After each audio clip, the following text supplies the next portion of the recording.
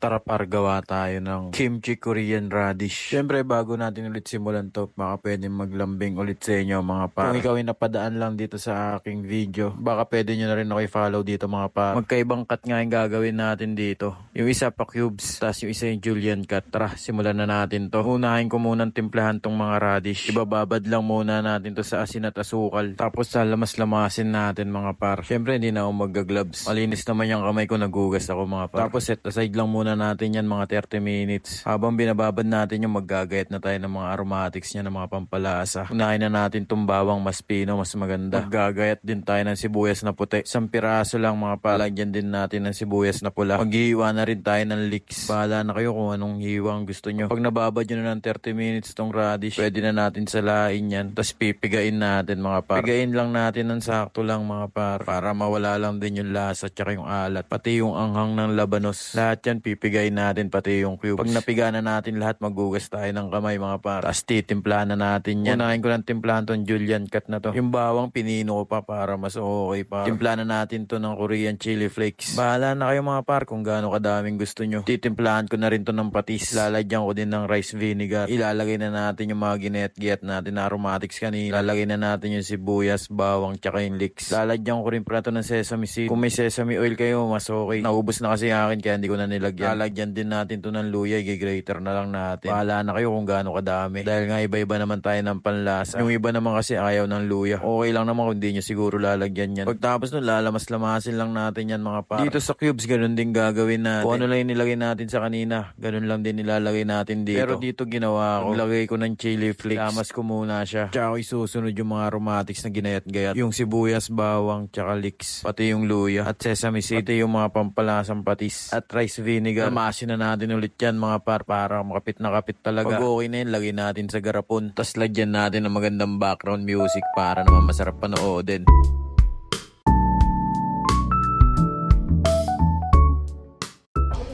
Ito naman.